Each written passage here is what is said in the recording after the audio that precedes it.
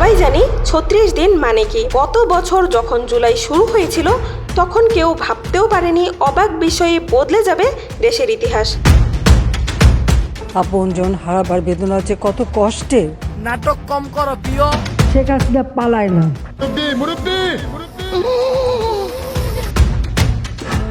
ছাত্র জনতার দাপটে দেশ ছাড়তে বাধ্য হবেন প্রবল পরাক্রম শেখ হাসিনা।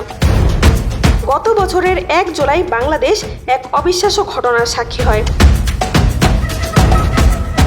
আন্দোলন আসবে, বাংলাদেশ ছাত্রলীগ থাকবে। এদিন শিক্ষার্থীদের কোঠা সংস্কার আন্দোলন বৈষম্য বিরোধী ছাত্র আন্দোলনের রূপ নেয়।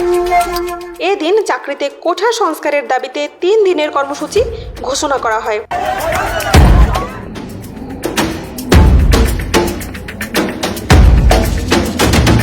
তারা যে আমাদের হামলা করছে আমরা কি দেখছি শুনলে বলতে পারবো? তাদের নামে আছে ছাত্রলীগ, তারা কিন্তু ছাত্রদের পক্ষে নাই।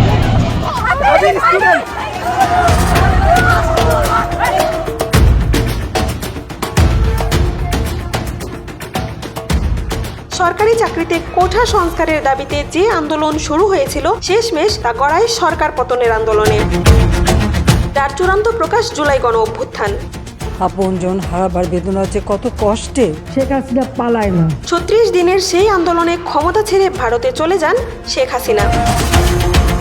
শুরুতে এই আন্দোলনের কেন্দ্র ছিল ঢাকা বিশ্ববিদ্যালয়, পরে তা দাবানলের মতো ছড়িয়ে পড়ে দেশের বিভিন্ন শিক্ষা প্রতিষ্ঠানে। আজ থেকে শুরু হচ্ছে জুলাই আগস্ট গণ অভ্যুত্থানের ১ বছর পূর্তি উপলক্ষে ৩৬ দিনের কর্মসূচি। অন্তর্বর্তী সরকারের কর্মসূচিতে রয়েছে মসজিদ, মন্দির, গির্জা ও প্যাগোডায় শহীদদের স্মরণে প্রার্থনা। ১ আগস্ট পর্যন্ত চলবে গণস্বাক্ষর সংগ্রহ খুনিদের বিচারের দাবিতে। ৩৬ দিনের এই কর্মসূচিগুলোর মাধ্যমে আবারও গর্জে উঠছে রাজনৈতিক মঞ্চ। জুলাই গণ অভ্যুত্থানের স্মৃতিকে সামনে রেখেই শুরু হলো নতুন রাজনৈতিক চিত্রের উন্মোচন।